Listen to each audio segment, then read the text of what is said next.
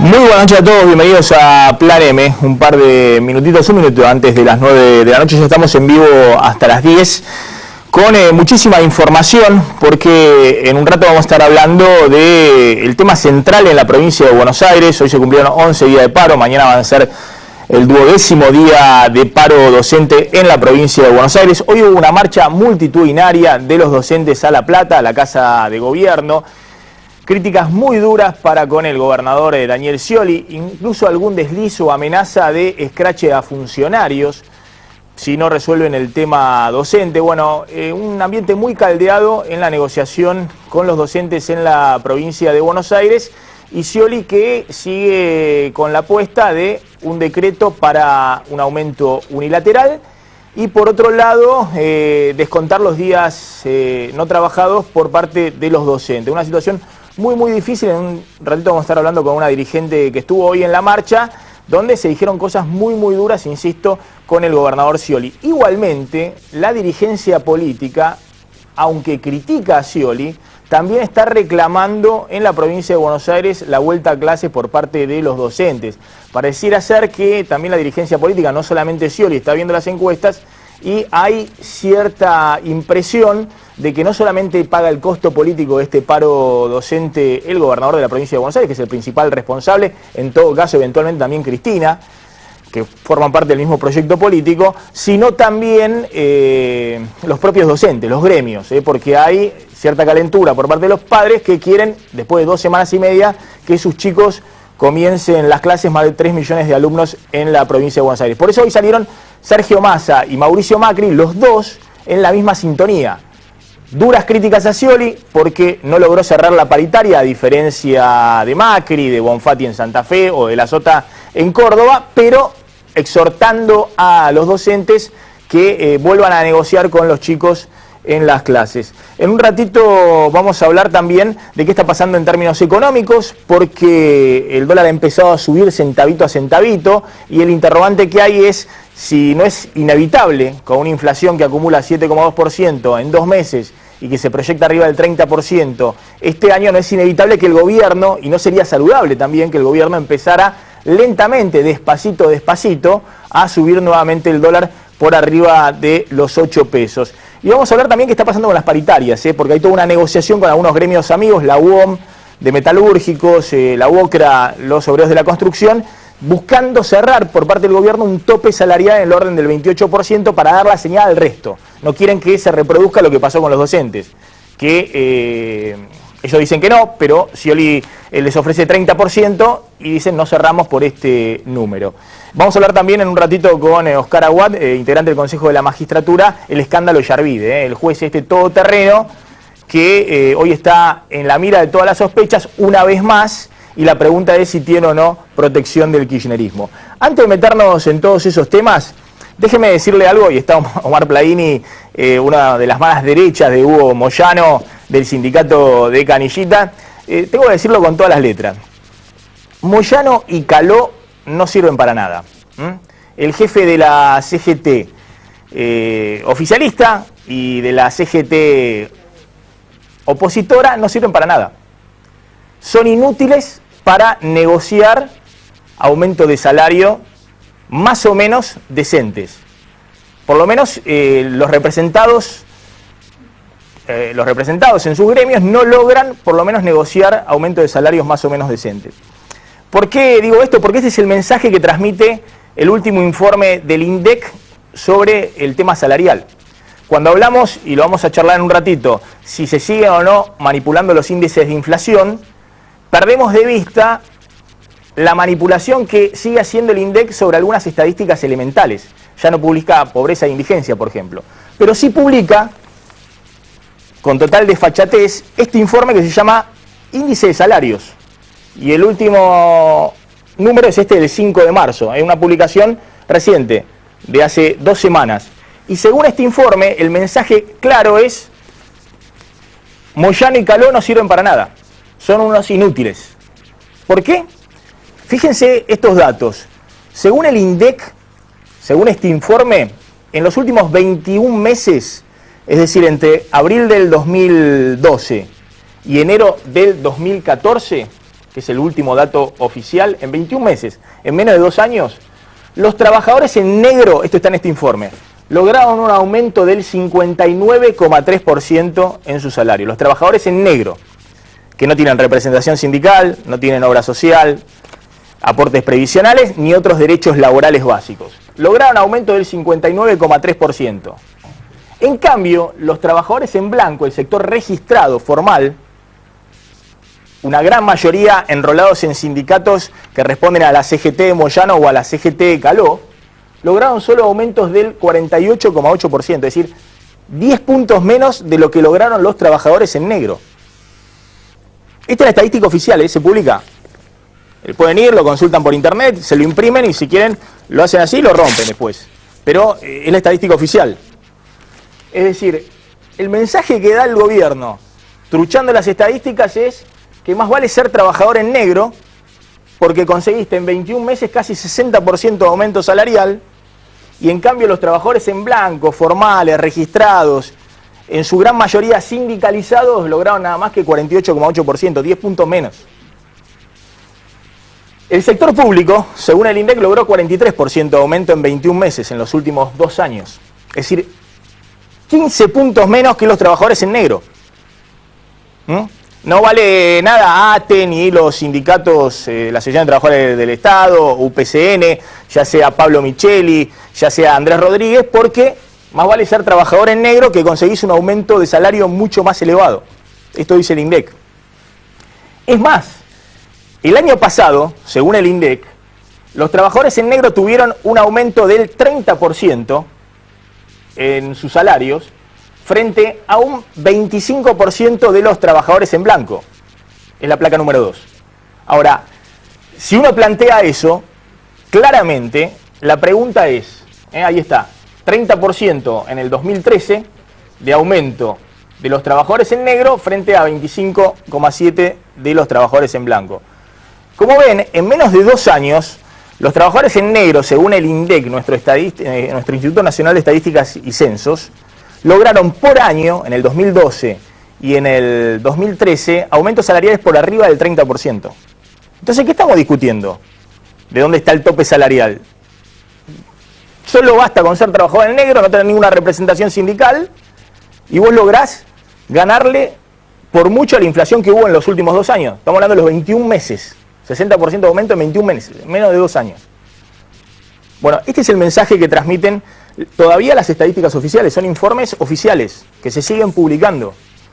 Y son los que explican por qué en la truchada total del INDEC la pobreza es del 5% de la población. Porque claro, comparan estos ingresos, estos salarios muy elevados, con aumentos muy importantes, sobre todo de los trabajadores en negro, con la inflación de los últimos 7 años, que nunca superó, según el INDEC, el 10% anual, y te da que Argentina ha sido el país que más redujo la pobreza en la historia del capitalismo mundial en los últimos 7 años. Esa es la consecuencia.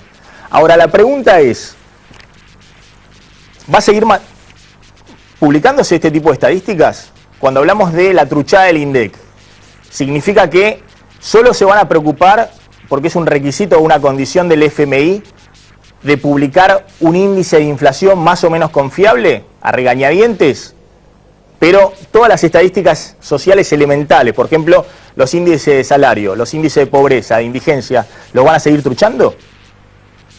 Total, de eso no se preocupa ni el Club de París ni el FMI. Entonces, ¿eso sí se puede seguir truchando? ¿Eso se lo van a seguir llevando al despacho de Cristina? ¿O van a tratar de sanear el INDEC como una forma de recuperar credibilidad en general de la política económica? Por eso está a punto de saltar Omar Pradini, mano derecha de Hugo Moyano, pero ese es el mensaje que transmite el INDEC. Moyano y Caló no sirven para nada, Pladini, es así. Son inútiles, más vale ser trabajador en negro que conseguir mejores aumentos. Sería bueno que todos los funcionarios del gobierno entonces trabajen no registradamente. Sí. Estamos acostumbrados al relato ya. Me parece que el relato se dio de bruces el 27 de octubre del año pasado. Realmente seguir mintiendo no tiene sentido. No conozco ninguna organización sindical que no haga varios años que negocia realmente por lo que se llama la góndola del supermercado. Cuando Moyano dijo nosotros negociamos por el changuito supermercado. El INDEC no tiene ninguna credibilidad, a tal punto que lo han modificado y lo han cambiado. Terminaron reconociendo, después de mucho tiempo, cuál era se han acercado a lo que es la inflación real. De hecho, en 2 meses tenemos el 7,2% de inflación. O sea, el 11% que se le dio a los jubilados por la movilidad jubilatoria, no por un gesto del gobierno, se lo consumieron en menos de 3 meses los jubilados. Y nosotros le pedíamos que hubiese un aumento excepcional para los jubilados. Basta con decir que el salario mínimo vital y móvil es 3.600 pesos, y si usted recorre los más de 2.200 municipios que tenemos en el país, pregúntele a los trabajadores municipales si alguno está en ese salario, en el salario básico, o los docentes mismo, si ese es el salario básico. Entonces la verdad que la mentira termina con el resultado que terminó el 27 de octubre del 2013.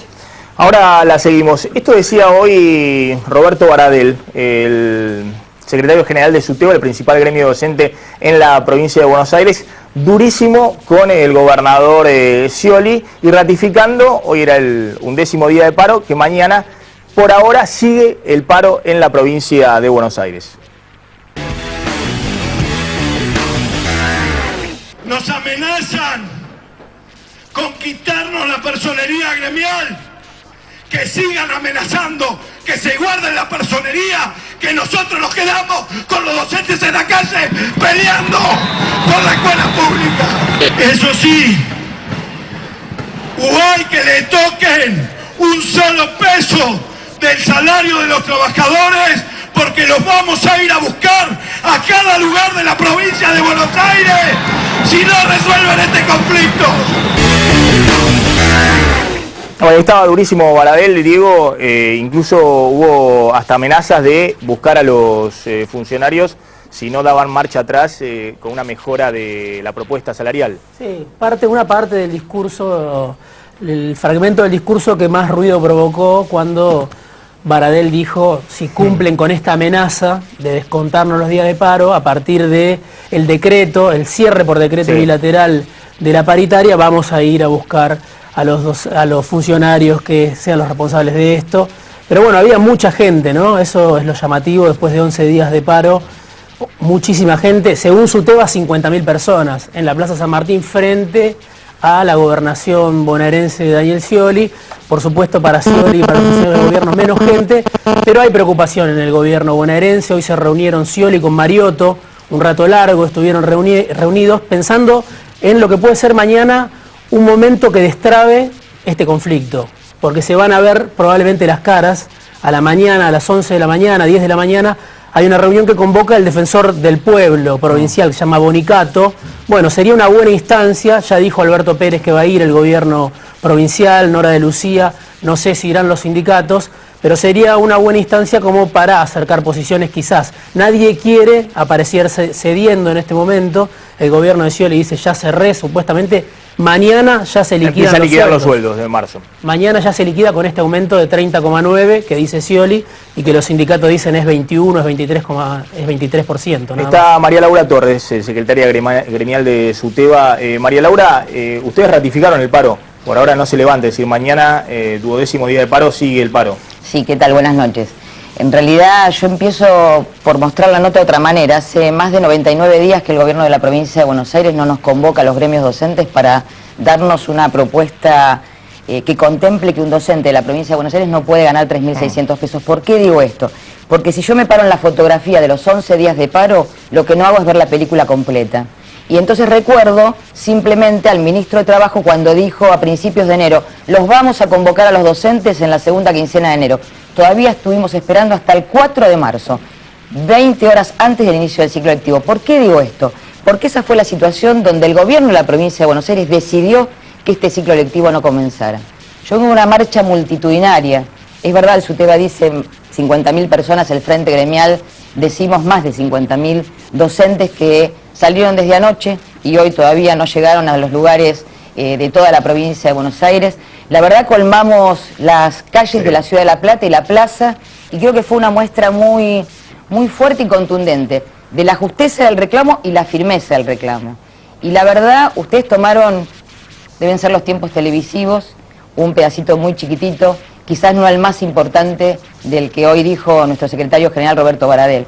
Quizás el más importante fue cuando todos los docentes aplaudían fuertemente, cuando esa plaza vibraba, porque decíamos, estas medidas las hacemos porque no vamos a permitir que mientan, porque ese 30,9% del que habla la directora general de escuela no es así.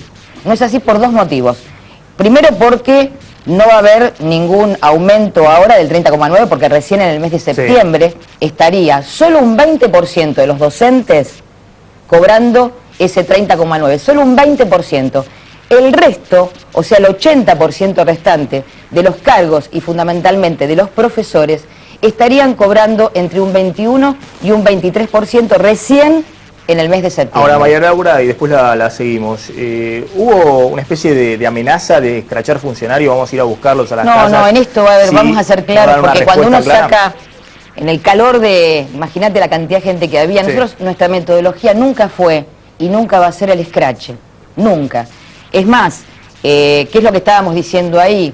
¿Cuál es la respuesta que hoy está haciendo el gobierno a través de sus comunicados, de sus conferencias de prensa?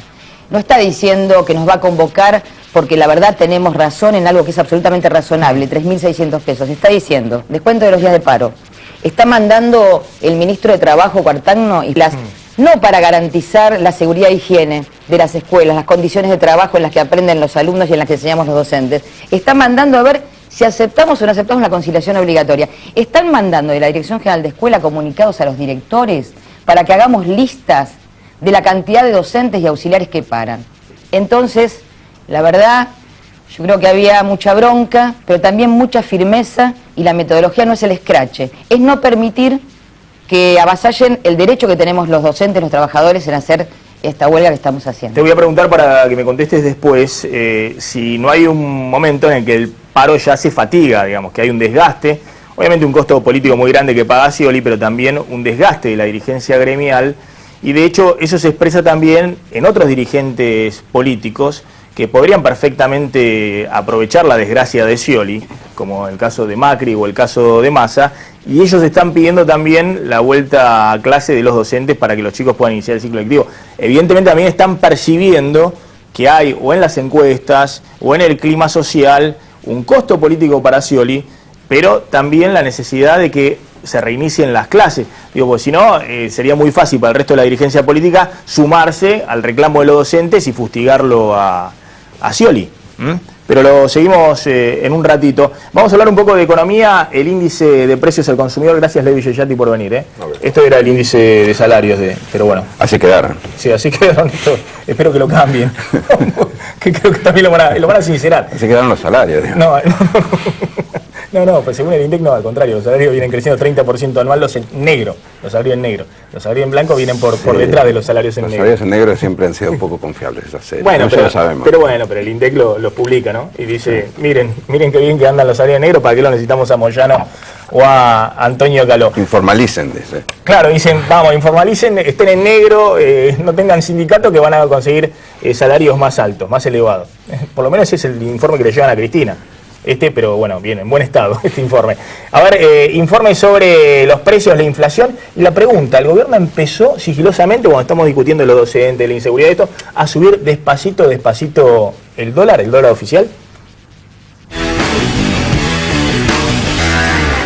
Por segunda vez consecutiva, el gobierno nacional dio a conocer un índice de inflación muy elevado para febrero. El nivel general del índice de precios al consumidor nacional urbano registró en febrero una variación del 3,4 con relación al mes anterior. Aunque economistas de distintas tendencias criticaron el dato del nuevo INDEC, la Casa Rosada avanza después de 7 años en un proceso de sinceramiento de las cifras oficiales. El ministro Axel Kicillof está lejos de desplazar a los responsables de la destrucción de las estadísticas nacionales y parece haber sepultado los datos de pobreza e indigencia que se truchaban bajo la conducción de Guillermo Moreno. Pero al menos parece haber dispuesto a admitir la inflación real en busca de recuperar la confianza del FMI. Pese a que la inflación es la más alta de América Latina, la Casa Rosada está satisfecha. Apuesta a que la baja del consumo y la actividad económica logren desacelerar los números en marzo. El índice de precios que ha explicado detalladamente el ministro Axel Kicillof muestra un indicador del 3,4%, pero eso no significa una tendencia proyectada hacia el futuro. precisamente porque el comportamiento en las últimas semanas ha mostrado signos claros de estabilidad. El aumento de precios acumula un 7,2% para los 2 primeros meses del año, por encima de la inflación del 6% anual que exhibe Brasil, y más del doble del 3,2% que cosecha Chile en 12 meses.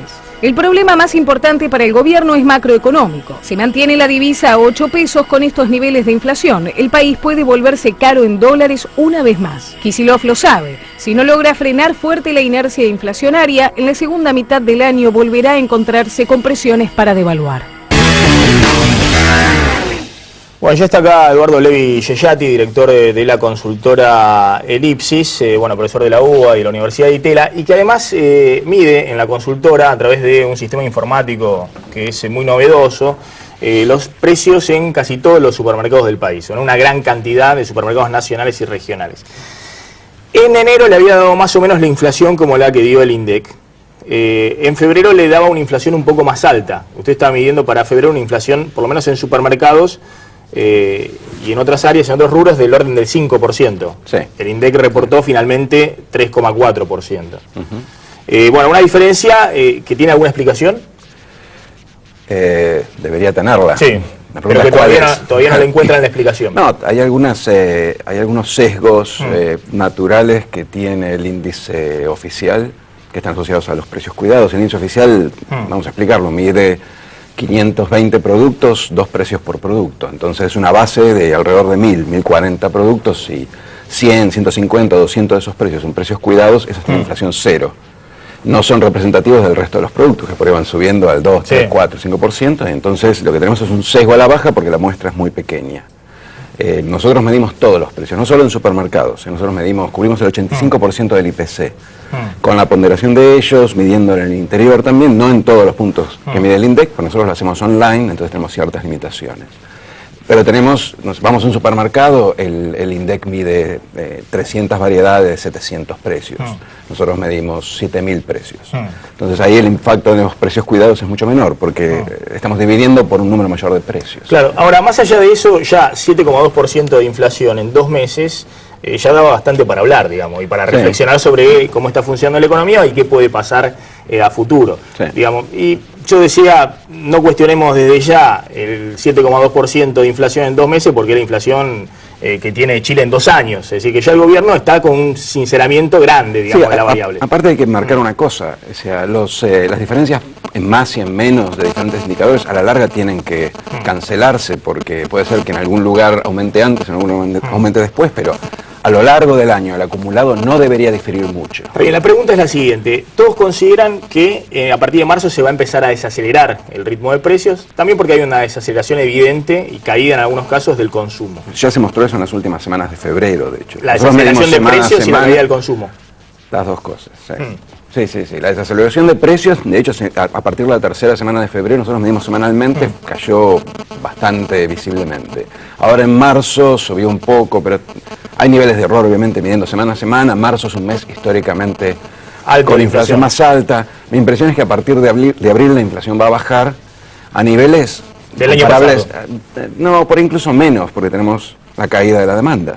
Entonces, en principio deberías tener una inflación del 20-25% mes a mes a lo largo de abril a fin de año, con lo cual todo el año te va a cerrar en ligeramente arriba del 30%. Entonces, sí, está desacelerando. Usted está proyectando un poquito arriba del 30% en todo el año. Ese sería el escenario de estabilidad. Sí, no estabilidad de precios, los precios se mueven. Estabilidad de la inflación. Estabilidad de la inflación. Dijo que hay estabilidad de precios. No, estamos en una inflación. Estabilidad de precios en el 30%. Digámoslo así, una inflación que no se espiraliza. Claro. En algún momento se pensaba que la inflación iba a subir, pensás en Venezuela, lo mismo pasaba con el tipo de cambio, inflación a 40, que tiene 50%, 60%. De inflación, claro. Sí, eso no va a ocurrir. No va a ocurrir en parte porque tenés una contracción, o sea, no va a ocurrir porque vas a crecer menos, porque los salarios reales lamentablemente se están ajustando a la baja. Están cayendo el poder adquisitivo de los salarios. Claro, entonces tenés menos demanda, parte del impacto de la devaluación y de la corrección del transporte la mayor parte ya se evidenció, entonces de ahora en más vas a tener el impacto de no sé si una recesión, pero sí una contracción, al menos temporaria, de la demanda. Lo mismo pasó en el 2009, la inflación cayó en el 2009, claro, por más que devaluamos. Entonces vamos a tener una inflación del 20%, 25%, esto es a nivel anual, mes a mes de acá a fin de año, con lo cual te va a dar un 30%. 30 sumando lo que tuviste, claro, entre enero, febrero. Claro, que fue muy grande. Claro. No estás eliminando o resolviendo el problema de la inflación, lo que estás es conteniéndola con un ajuste. Bueno, la pregunta es, con esa inflación, evidentemente, si a partir de febrero el único precio que se mantiene sin aumentar es el dólar, algo pasa. Sí, pasa que volvés a diciembre. Es decir, volvés a foja cero, digamos, volvés al inicio. Te voy a decir, hay dos cosas. Antes de la devaluación. Exacto. O volvés a diciembre, sí, cuando había corrida contra las reservas. Volvés a un... Si se mantiene en cero, no se va a mantener en cero. Pero si se mantuviera en cero, al final volvés... Si se mantuviera en 8 el dólar de acá... Claro, el cero de la devaluación, perdón. Sí. Si se mantuviera en 8 de acá a fin de año, volverías a un intermedio entre diciembre y el día después de la devaluación. Pero digamos, volverías para atrás visiblemente. Y después hay una dimensión que no hay que perder de vista, que es la de las reservas.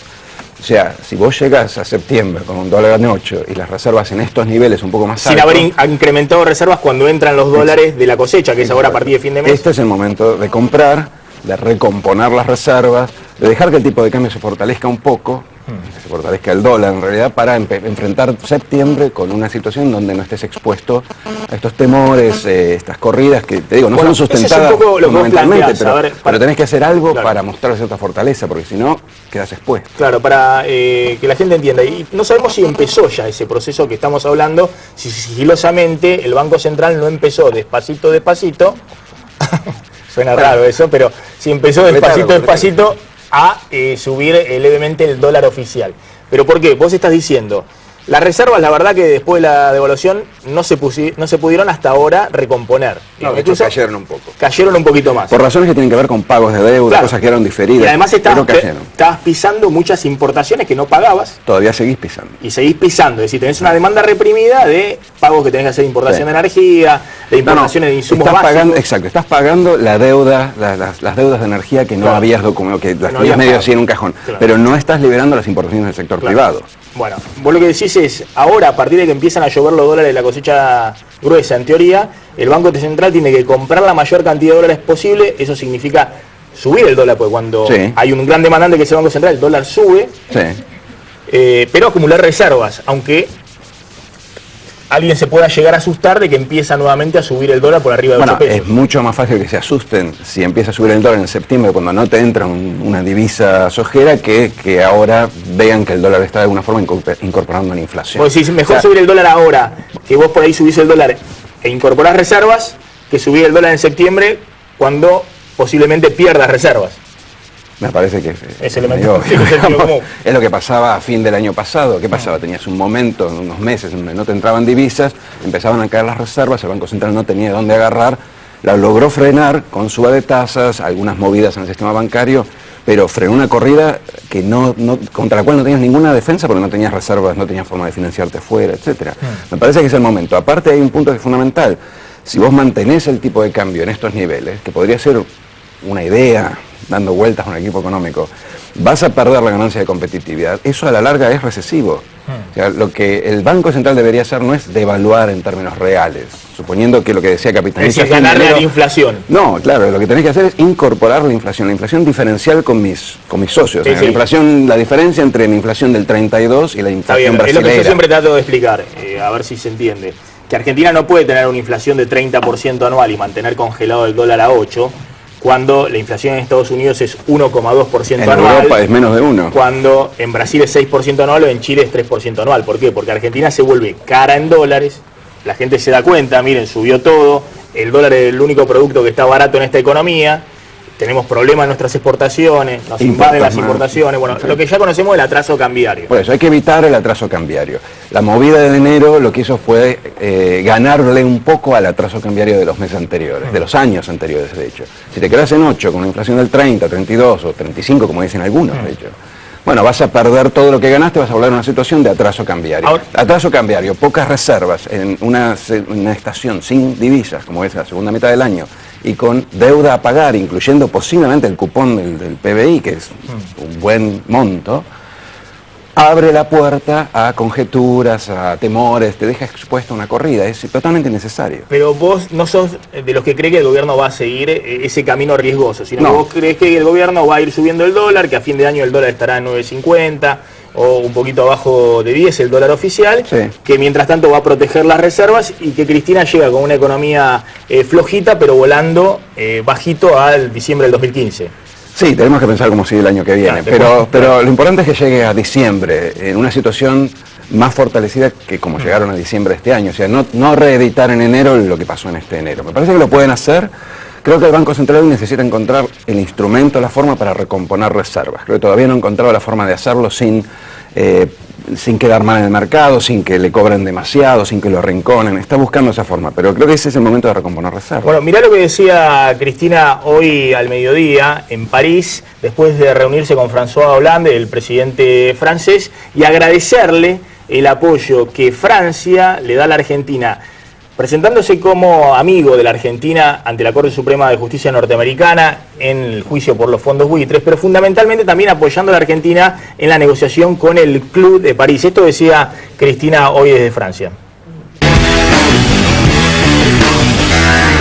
Quiero agradecer muy especialmente la decisión del Gobierno de la República de Francia de concurrir como amigos Curiae frente a la Corte de los Estados Unidos en el reclamo que un pequeñísimo grupo de deudores denominados holdouts, y que se los conoce también con el nombre de fondos buitres, intentan tumbar el acuerdo del 93% de los acreedores de la Argentina logrado entre los dos acuerdos de canje de deuda, uno en el 2005 por el presidente Kirchner y otro por el gobierno de quien habla en el año 2010, y que involucran al 93% de los acreedores. Bueno, después le agradeció el otro punto que me parece hoy un poco más relevante, que es el apoyo de Francia en la negociación del Club de París. Argentina tiene 9.000, 10.000 millones de dólares de deuda en default, en cesación de pagos con este grupo de países que son los europeos, Estados Unidos más Japón, y quiere renegociar esa deuda. ¿Para qué? ¿Es pasar la gorra afuera? Es decir, hacer los deberes afuera para tratar de pasar la gorra y conseguir algunos dólares financieros afuera. Mi impresión es que tienen la expectativa de llegar al último trimestre en una situación tan buena que les permita emitir deuda en los mercados internacionales. No sé cuánto. Es decir, buscar deuda internacional, crédito internacional. Emitir bonos. Un bono, sí, a una tasa por debajo del 10%, digamos. 8, 9%, eso creo que es lo que tiene en la cabeza del equipo económico. Hoy me imagino que es para, de vuelta, recomponer reservas, tener un colchón suficientemente fuerte como para el año que viene por ahí hacer políticas más expansivas, sin temores a corridas, y salir de una manera más vistosa de todo este periodo presidencial. Me parece que es un poco lo que está en la cabeza. No sé si es pasar la gorra. El Club de París específicamente no te va a traer las reservas, porque a lo sumo, lo que vos pagás primero, después te vuelve con préstamos bilaterales, pero parte de esos préstamos son para importaciones, con lo cual no te quedan muchos dólares, salvo por un periodo. Entonces por ahí no pasa la historia. Ahora, si vos cerrás con el Club de París, YPF, las provincias, el sector privado y eventualmente el gobierno pueden buscar financiamiento a una tasa más razonable que la que te cobran ahora. Ahora, ¿conviene eso? O como decía Geraldo Ferrer, eso de pasar la gorra afuera está bien, se puede hacer, pero ¿no sería más importante el gobierno tratar de reconstituir la confianza interna? Es decir, los 200.000 millones de dólares de argentinos que están en el colchón, en las cajas de seguridad y también en el exterior. Cuando decís afuera, parte de ese afuera también son las mismas señales. Ahorristas argentinos. Es el inversor internacional. Parte de los que te comprarían esa deuda son argentinos que tienen dinero afuera, parte de los que traerían el dinero el año que viene, por ejemplo, anticipando el cambio de gobierno para invertir en activos reales, en tierras, en petróleo, en real estate. Son argentinos que tienen dinero afuera. O sea, nada, es la comunidad internacional. Yo creo que no hay tanta diferenciación, sí creo. El que la tiene en el colchón, la clase media que se llevó los dólares en el colchón, vos decís, Cristina ya no tiene chance de recuperarla, digamos, que vuelvan a poner los dólares en el sistema financiero. No, los mercados siempre anticipan. Si vos pensás que las cosas van a mejorar, el año que viene podés tener parte de esa entrada de dinero. Va a depender mucho de lo que haga el gobierno, va a depender de cuál sea la prognosis política en Argentina, pero no es totalmente irreversible esta salida. Lo que pasa es que, de vuelta, va a ir entrando de a poco, y posiblemente más en anticipación de lo que va a pasar a fin de año que en lo que le ofrezca el gobierno en el corto plazo. Levi Yeyati, gracias por haber venido. Quédate unos minutos, porque quiero hablar un poquito de salarios y quiero la perspectiva también de un economista con el tema paritarias salariales. Bueno, el gobierno trata de cerrar con algunos gremios amigos para ponerle un tope a la paritaria salarial. Una Una vez más, la Casa Rosada contará con el auxilio de los gremios amigos en un año complicado. El Gobierno Nacional avanza para cerrar las paritarias con los sindicatos afines, con aumentos que estarán por debajo del 30%. Después del fracaso en la negociación con los docentes nacionales, el kirchnerismo trabaja para exhibir un acuerdo con la UOM de Antonio Caló y la UOCRA de Gerardo Martínez, en torno al 28%. La premura del kirchnerismo es tanta que el ministro de Trabajo, Carlos Tomada, pretende firmar el entendimiento antes del fin de semana. Sería la mejor forma de recibir a Cristina Fernández tras su gira por Europa. Si lo que Tomada anuncia se cumple, los sindicatos amigos de Balcarce 50 habrán cedido sus pretensiones en tiempo récord. El metalúrgico Caló pasaría en pocos días de reclamar un aumento del 30% en una sola cuota a negociar un 26,5% en 2 cuotas acumulativas. Las sumas no remunerativas y la inclusión de adicionales llevarían el porcentaje al 28%. El gobierno utiliza la crisis del sector industrial como argumento para no hacer olas y evitar despidos y suspensiones. El mismo esquema seguiría en las discusiones con otros gremios dóciles, UPCN de Andrés Rodríguez, Obras Sanitarias de José Luis Lingeri y el SUTER de Víctor Santamaría. La Casa Rosada saborea un triunfo decisivo en su batalla contra los desbordes inflacionarios y ya prepara incluso un acto con foto incluida para principios de abril. La intención oficial es jugar el acuerdo en la mesa de negociaciones para disciplinar las demandas de los docentes que no se bajan del 35%. Diego Genú, ¿qué tenés para aportar? Sí, bueno, esta discusión que ayer el ministro de Trabajo blanqueó de que existe la posibilidad de un acuerdo con la UOM sobre todo, que es el gremio más importante para el gobierno y que cumple la función que antes cumplía Camioneros. Antes la paritaria testigo era Camioneros, ahora para el gobierno la paritaria testigo es la UOM. Bueno, llama mucho la atención que pudiera bajar ese porcentaje de lo que Caló dijo en la primera reunión, que era un 30% en una sola cuota. Ahora parece que son 2 cuotas acumulativas con adicionales. Hay que ver, hay un cuarto intermedio de todas formas. No está cerrada esa paritaria, es el martes que viene la próxima reunión. Lo mismo con la UOCRA, lo mismo con Obras Sanitarias, que en realidad discutió por 1 año y medio, sería adelantar la negociación. Hay que ver, son los gremios más importantes en la concepción de la Casa Rosada. Y, por supuesto, sería una señal fuerte para esta otra paritaria que hoy está ocupando el centro de la escena, que es la paritaria docente. El gobierno quiere decir, los gremios importantes son estos y cierran por abajo del 30. Plaini, ¿qué se está discutiendo acá? Digamos, parte de la dirigencia política que le pide a los docentes volver a clase, digamos, bueno, Scioli que se planta y trata de plantarse como víctima y echarle toda la carga a los docentes. Bueno, en principio se tiene que hacer cargo el gobierno de la provincia y el propio Ejecutivo Nacional de los errores que han cometido. De hecho, en este inicio de las sesiones en la Cámara de Diputados, la presidenta volvió a hacer unas consideraciones sobre los docentes que ya había hecho en el 2013 también.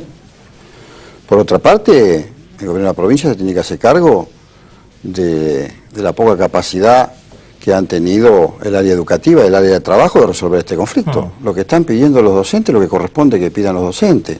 Es más, yo escucho a muchos funcionarios que se rajan la vestidura, que hablan en nombre del Proyecto Nacional y Popular, y creo que el 90% de esos funcionarios mandan a sus hijos a la escuela privada, que pagan 5.000 pesos por mes. Inclusive hasta están hablando algunos de declarar de servicio esencial la educación, contra toda la normativa que tiene la OIT. La verdad que extraña mucho este grado de incapacidad que no resuelven este conflicto, que por otra parte los docentes se lo vienen manifestando ya hace varios años, no de ahora. Entonces sacar por decreto nuevamente, que digan claramente que no hay paritarias libres en la Argentina y que lo van a hacer por decreto. Pero están reclamando, hoy lo demostraron, la contundencia de la movilización del sector docente y también del sector público provincial, que está en las mismas condiciones o peor en muchos casos que los docentes. Por lo tanto, nosotros sabemos que las paritarias siempre son conflictivas. Por acá lo que se trata de una paritaria es discutir la distribución de la riqueza. Y no creo que haya hoy organización sindical que quiera discutir por debajo del 30%, que ha sido y arriba la inflación. Después cada dirigente y cada organización sindical tendrá que darle respuesta a sus representados si se quieren suicidar de esta manera discutiendo por debajo del 30%. Oscar Aguad. Gracias por venir, diputado de la Unión Cívica Radical por Córdoba. Bueno, ¿qué se está discutiendo hoy? Porque, bueno, estamos todos con el foco en la situación económica por un lado, el tema docente en la provincia de Buenos Aires por el otro. Hay una especie de pulseada en este momento entre el gobierno y los gremios y la oposición está expectante viendo a ver cómo se define para después seguir la pulseada política para el 2015. Esta discusión la decisión de los trabajadores de no aceptar que el ajuste lo tiene que pagar el salario. Esa es la discusión. El gobierno tomó el camino equivocado. Obviamente es profeso. En vez de achicar el problema fiscal, que es el que origina la crisis, le hace pagar al salario, como ya a la clase media no le puede sacar más dinero en impuestos, le hace pagar al salario el desborde del gasto público. Esto es. El gobierno ha decidido no achicar el gasto público y que quien financie ese costo hoy, en este año, sea el salario. Y los trabajadores se oponen a que el salario sea la variable de ajuste del modelo. Esta es la pelea, y no tiene fin esta pelea, porque no hay forma de bajar la inflación mientras el gobierno no tenga un plan antiinflacionario. Y los planes antiinflacionarios que requieran inversión, acá estamos, Maxi, frente a una inflación ahora de costos, ya no de demanda, que es muy complicado de resolver, y se resuelve con inversiones. Y para que haya inversiones tiene que haber un plan, y tiene que haber index, y tiene que haber justicia, y tiene que haber lo que necesita un país para traer inversiones. Quizás, lo dijo el amigo, el año que viene la presidenta, cuando empiecen a venir inversiones, sabiendo que el gobierno se va, empiece a comprender el valor estratégico de la inversión y lo que se perdió en 10 años dilapidados de la Argentina. Es decir, nosotros estamos ante un panorama de fin de época, ojalá que sea así, para terminar de una vez por todas en Argentina con el populismo, que pudo haberlo hecho este gobierno por las condiciones extraordinarias que nos dio el mundo. Y sin embargo, de nuevo tropezamos con la misma piedra y hoy terminamos con un ajuste salvaje que lo van a pagar los trabajadores. Lo hemos dicho durante 6, 7 años, yo acá lo he dicho, Maxi, estas son las consecuencias, esto se discute hoy en Argentina. Tienen un componente más estas paritarias, Maxi, permitime, el componente del conflicto con las fuerzas de seguridad y su aumento.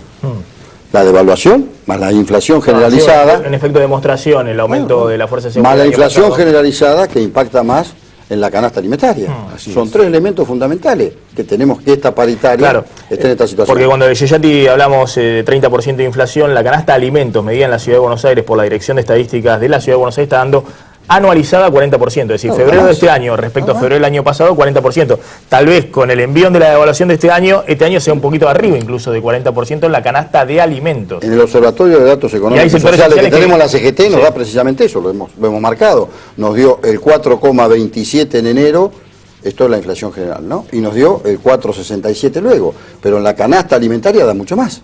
Claro, y hay sectores que el gobierno toma Ciudad de Buenos Aires y GBA. Que gastan todo el presupuesto familiar en alimentos, digamos. Alguien que tiene estamos hablando de salario. 6.000 pesos gasta todo en alimentos. Estamos hablando de salarios básicos, en las provincias, incluso en el empleo público, que no llegan al salario mínimo vital y móvil. Están en la mitad del mundo, salario básico. Hay otra cosa que es esta. Los gobiernos provinciales están constreñidos por la falta de envío de recursos que le corresponden. Pero además, en todos estos años donde la creación de empleo fue menor que la requerida por los chicos que se incorporan al mercado laboral, obligó a los estados, nacional, provincial y municipal, a incorporar cientos de miles de empleos públicos. Ahora hay que pagarlos. Ese es el gasto público que además no pueden achicar. Entonces, la torpeza de la administración la va a pagar la presidenta en los 2 últimos años. Si achican ese gasto público en este contexto es un desastre. Pero por supuesto. Desde el punto de vista político y social. No puede despedir a nadie en este momento. Por supuesto. Donde se está contrayendo también el sector privado. Pero sí se puede achicar el gasto improductivo. Dejar de emitir para pagar gasto improductivo. Yo no digo que el gobierno pueda parar la máquina de hacer billetes. No se puede. No se puede, explota el país. Pero por lo menos nos sigamos emitiendo para financiar lo improductivo. Simplemente para liberarla a María Laura Torres de su tema, decía que Massa y Macri están pidiéndole también a los docentes. Y son 2 competidores de Scioli en el 2015. Es decir, te están pidiendo a los docentes que vuelvan a las clases cuanto antes. Sí, me quedé pensando en lo que hablaban los legisladores, ¿no? La verdad me sorprendía que coincidieran. Yo recordaba los años 90, cuando la verdad los que nosotros en los 90 dijimos no queremos que se achique, no queremos el ajuste y teníamos que resistir a las políticas que achicaban justamente lo que algunos intentan hoy volver a decir que hay que achicar el Estado. La verdad habría que más que describir la realidad, poder pensar en algunas cuestiones que tengan que ver con las reformas fiscales.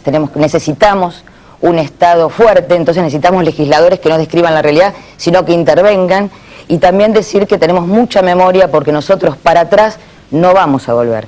En realidad, con las cuestiones que estamos escuchando, vos hablás de Macri, yo creo que con el desastre que hizo en educación, lo mínimo que podía hacer es darle respuesta a los docentes de la capital federal. La verdad que consiguieron este aumento porque han luchado muchísimo. Pero ustedes estaban pidiendo el aumento de Macri. No, decían, exactamente no. Aumento de Macri. Exactamente no. Nunca dijimos eso. Sí. Jamás dijimos eso. Quien dice eso está mintiendo. Nosotros estamos diciendo un 35% de un sueldo inicial de 3.600 pesos. Entonces no estamos hablando del aumento de Macri porque el sueldo inicial de los compañeros de capital era distinto. Y la verdad, dos cosas. Lo primero es que no queremos que intervengan con claves electorales en nuestro conflicto. Nadie. Lo segundo, para nosotros es muy doloroso y costoso el no inicio del ciclo lectivo. ¿Por qué digo esto? Porque la verdad, por algo, en noviembre del año pasado le decíamos al gobernador, convóquennos. ¿Por qué dejaron pasar? ¿Por qué no le preguntan todos los medios de comunicación está bien, pero ya lo hemos discutido 80 veces. Pero hay que preguntárselo. María Laura, le hemos preguntado. Pero Maxi, hay que preguntárselo, ¿sabes por qué? Porque si no, se paran en los 11 días de paro. Volvemos siempre a la misma discusión. Yo te lo dije ayer a Baradel, ha sido un desastre, Scioli. Se pasó los fines de semana yendo a Mar del Plata en vez de negociando este tema. Ya está. Es decir, tendría que haber negociado, pero ya está. Ahora la discusión es si los gremios, que además mayoritariamente son kirchneristas, alineados con Scioli y con la señora presidenta, van a volver a las clases o no. Esa es la discusión en este momento. En principio, toda la adjetivación que vos ponés no corresponde. ¿Por qué? Porque los gremios, que hoy estamos dentro del Frente Gremial, estamos llevando la demanda de todos los compañeros docentes de la provincia de Buenos Aires. Nosotros hoy dijimos, las medidas continúan. ¿Por qué continúan? Porque hasta acá el gobierno de la provincia de Buenos Aires no nos convocó para darnos una propuesta superadora. Vos decías al principio que mañana tenemos una convocatoria del Defensor del Pueblo. Nosotros vamos a asistir, todo el Frente Gremial va a asistir a esa convocatoria y esperemos que la actitud del gobierno sea una actitud diferente y entienda darle respuesta a este conflicto. Gracias, María Laura, por haber Gracias a vos. Siguiendo con la compañera, digo, nosotros queremos un Estado grande y eficiente, no un Estado chico y bobo. Precisamente cuando el Ejecutivo Nacional plantean que por cada docente hay 3 suplentes y lo quieren resolver con el presentismo, lo que tienen que resolver no es eso, tienen que resolver que funcione el Contralor del Estado. Porque ¿quién firma la licencia de la licencia? No ese es el problema de los docentes, es un problema de Contralor del Estado que lo tiene que resolver. De esto se trata y no querer resolverlo con un premio al presentismo los docentes. Incluso invertir, porque hoy está invertida, el sistema educativo, está invertida la pirámide presupuestaria, porque se han ocupado de la investigación, de los niveles superiores, pero resulta que en el nivel medio, que es el nivel secundario, están los niní. Y en el nivel docente primario están los malos salarios de los docentes y también el rol que no cumple el Estado, sobre todo en la inversión que tiene que cumplir. Simplemente una línea a Levi Yayati. ¿Chile está en condiciones de dar un aumento arriba del 30% para los docentes, 35%? Eso nadie lo sabe, tendrías que mirar los números de Scioli, yo no los he visto. Siempre estás en condiciones si sacás de otro lado. De la misma forma que si quisieran achicar el Estado, reducir el déficit fiscal, tendrían que decir de dónde se saca. Subsidio. Yo la verdad no sé dónde se saca, pero no veo a nadie que esté diciendo de dónde se saca tampoco.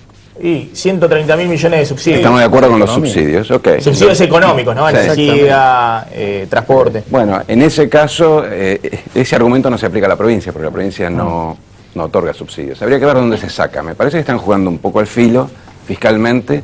O sea que si efectivamente das ese aumento, tenés de alguna forma que concebir al menos quién no va a recibir ese dinero. Porque, ya te digo, el gobierno no le está mandando dinero hace bastante tiempo, creo. No hay posibilidad de salir a emitir por la situación internacional, la situación nacional en los mercados internacionales. Scioli en un momento intentó salir a emitir deuda para pagar y hoy no están esos mercados abiertos. Entonces es un juego de suma cero, hay que pensar de dónde se saca. Por eso digo, hay que mirarlo muy detenidamente, no sea cosa que para otorgar el aumento terminemos sacando de donde no debemos. ¿Puedo decir algo? Fue este gobierno nacional y este ejecutivo que dijo que los empresarios 2 años se la llevaron con la pala. O sea, si seguimos concentrando en pocas manos, seguramente que ese es el sector, uno de los sectores donde tiene que salir. ¿Es un problema de responsabilidad o es un problema de coraje? De la Sota ha dado un aumento en Córdoba que no lo puede pagar. Y lo dio. Lo va a pagar escalonadamente. Veremos, dijo de la Sota. Scioli no creo que haya dicho eso. Así es. Hoy la Argentina está en esto. De la Sota ha dado un aumento a los docentes, a los policías, que no lo puede pagar. Pero no tiene recursos en Córdoba para hacer eso. ¿Eso es bueno o es malo? No lo sé. La verdad, no lo sé. A lo mejor le sale bien y la inflación le licúa finalmente el aumento que dio. que es lo más probable. Pero entonces no estarías dando el aumento. Obviamente. Sí, por eso te licúa el aumento. Por supuesto. A ver, me tengo que ir volando una tanda y quiero hablar con Oscar Aguad del tema de Ollarvide. No quiero dejar pasar el tema de Ollarvide. Una tanda de 1 minuto y volvemos, no te vayas.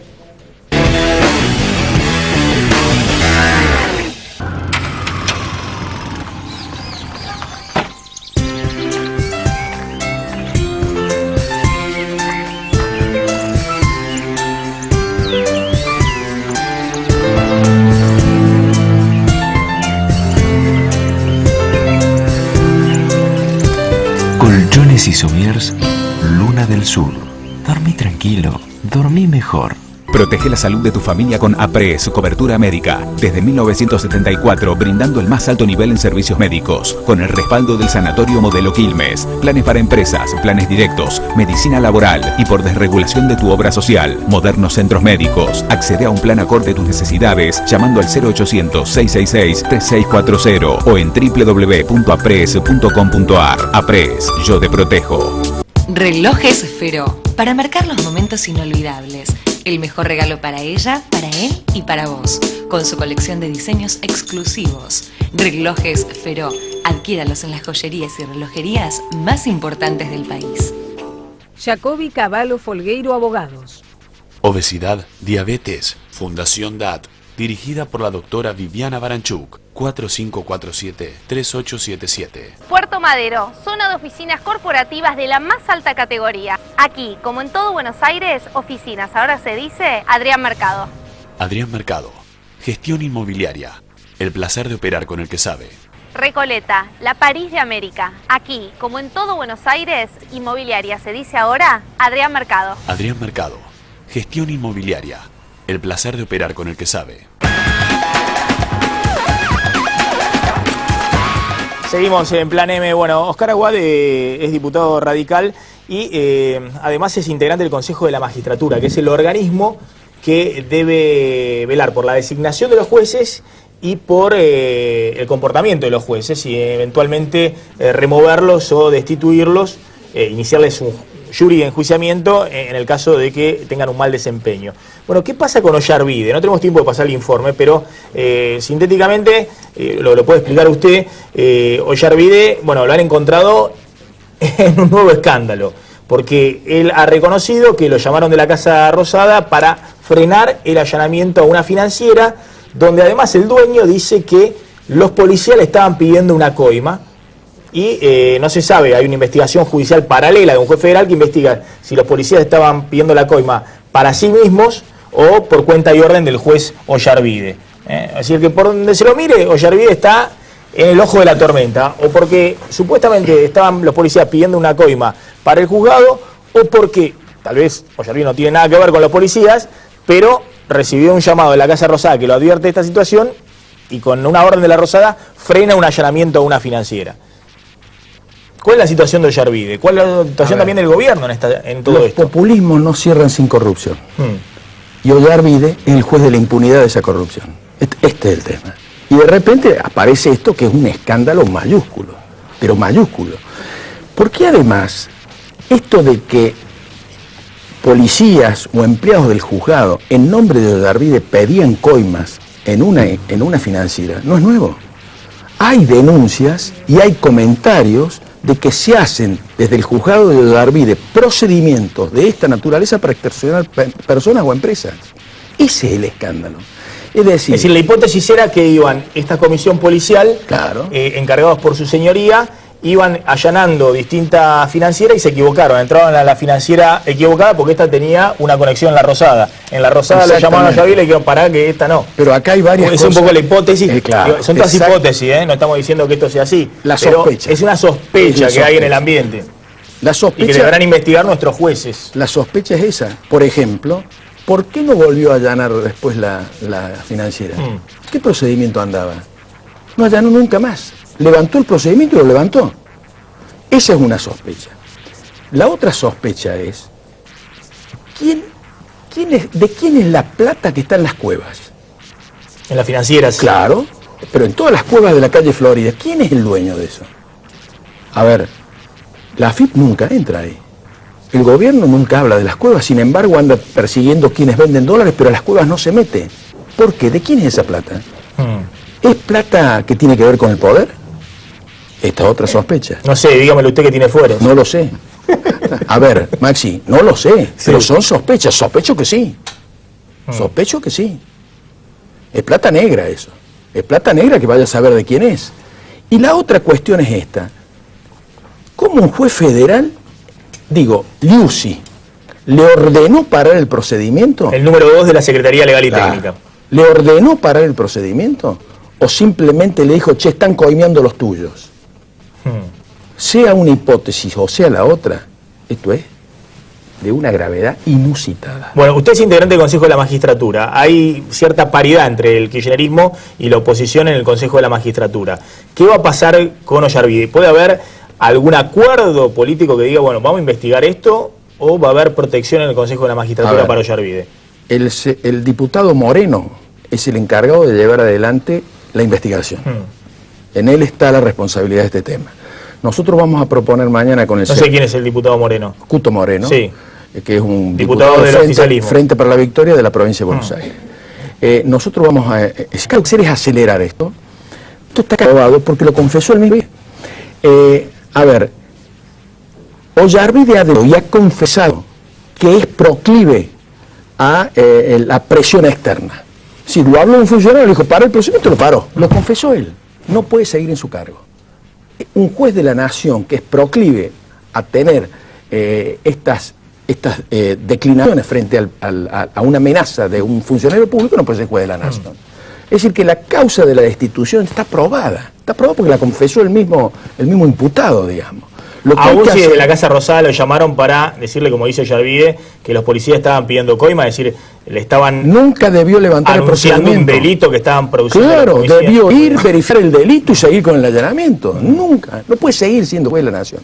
Es decir, si esto es así, hay que acelerar el procedimiento de destitución, que tiene sus pasos, para no violar el derecho de defensa, etcétera, etcétera. Nosotros vamos a proponer mañana que se acelere esto, y que se lo cite inmediatamente a Ollarvide y que no se espere los 20 días. Se lo puede citar a Ollarvide, que venga y dé explicaciones. Señor, usted dijo esto, es así esto. ¿Para qué vamos a seguir buscando pruebas? Porque las pruebas del delito son de la justicia penal, no nuestras. Nosotros lo único que averiguamos es políticamente si el juez está o no en condiciones de seguir siendo juez. Nada más. El diputado Aguad, brevemente, otro tema. Hoy hubo una reunión del FAP, UNEN y la Unión Cívica Radical, planteando que van a hacer un lanzamiento con miras al 2015. ¿Esto es así? Digamos, en definirse todo ese frente FAP, UNEN, la Unión Cívica Radical, y los candidatos que tengan ese espacio irán a internas primarias, no sé, Wiener, Cobos y tal vez alguien más a una gran interna en agosto del 2015. Así es. ¿Y Macri? Yo de los que pienso que el espacio tiene que ser más grande. Porque si queremos realmente transformar el país y cambiar el rumbo de la Argentina, hace falta ganar las elecciones. Si no ganamos las elecciones, vamos a seguir haciendo testimonio de lo que queremos decir. Así que yo, en modesta opinión, creo que este espacio tiene que agrandarse. Es decir, plantea sumar también esa interna Macri al PRO. A ver, yo estoy en el sector del radicalismo que aspira a que Cobos sea el presidente, pero yo creo que para que esto sea posible hay que ganar las elecciones, y para ganar las elecciones todo este espacio opositor tiene que ir junto. Es mi opinión. Gracias, diputado Aguad. Diego, antes de irnos a la tanda volando, mira, poneme en ese plasma una escena de peronismo explícito, iba a decir de periodismo explícito, de peronismo explícito. Ahí está, rapidito, porque esta es genial, esta es bien peronismo explícito. ¿Quién es? Mario Iggi, el ex intendente de José Cepaz. ¿Qué es lo que hizo? Sí, estuvo en el Vaticano, tuvo hoy su foto, la foto del argentino con el Papa. Hoy la tuvo Mario Iggi, senador bonaerense, pero sobre todo lo que más impactó fue, bueno, ahí lo vemos cuando le está regalando un poncho a Francisco, tiene una relación larga del 2000-2001, pero sobre todo llama la atención el título que aparentemente le dio Francisco. Lo nombró embajador el Papa, embajador de la pobreza. Embajador de la pobreza en la Argentina. No se vio todavía, no se vieron las credenciales de embajador, pero aparentemente de esta foto... Es genial. No solo se vino con la foto, Mario Iggi, sino también se vino con un título diplomático. Claro, él dice que no, que el Papa le dijo, Francisco le dijo, vos sos mi embajador de la pobreza. Sí, en la lucha contra el narcotráfico, en la lucha contra la pobreza, aparentemente Francisco hoy le dijo, confío en vos. Ojo, ahora nosotros estamos riendo, no, pero por ahí viene la semana que viene a Plan M y viene con el documento. Y bueno, que venga Mirá, con un acá documento. me lo firmó el Papa Francisco. Yo soy embajador de Vaticano en la lucha contra la pobreza. Ya vimos que Francisco no habla de lo que se habla en las reuniones, después públicamente. La que salió y habló fue Cristina. Él no dijo nada sobre ese encuentro. Ahora pasa lo mismo, a una escala un poco más chiquita, con Mario Illi. Escenas de peronismo explícito. Tanda cortita y volvemos.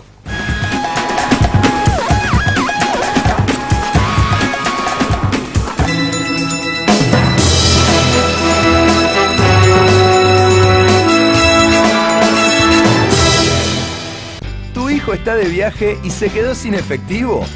¿Querés prestarle efectivo a un amigo que vive lejos? ¿Te olvidaste la billetera y necesitas sacar plata del cajero? Banco Provincia presenta Punto Efectivo, un nuevo servicio que te permite extraer dinero de un cajero automático Link sin usar tu tarjeta. Práctico, rápido y seguro. Punto Efectivo. Saca plata sin sacar tu tarjeta. Banco Provincia, de tu lado.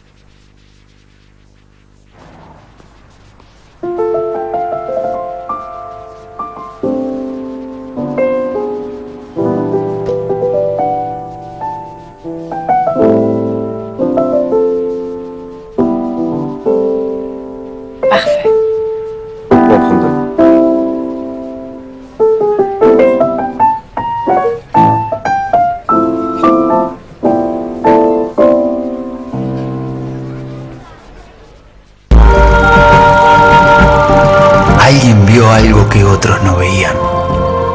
Alguien necesitó creer para ver. Alguien supo que eso que relucía era oro. Homenaje de YPF a los que sueñan que en este suelo hay cosas maravillosas por descubrir. YPF, orgullosos del producto de nuestro suelo. Provincianet. Nuevos emprendimientos tecnológicos. Provincianet, una empresa del Grupo Provincia. Buenos Aires, activa como nunca. Gobernación Daniel Scioli. A partir de este momento, finaliza el horario apto para todo público. Con Telecentro disfruta de internet 10 megas Wi-Fi más telefonía, más la mejor televisión digital con más de 80 canales. Todo por solo 354 pesos final por mes. Llama ahora al 3969-2222. Telecentro.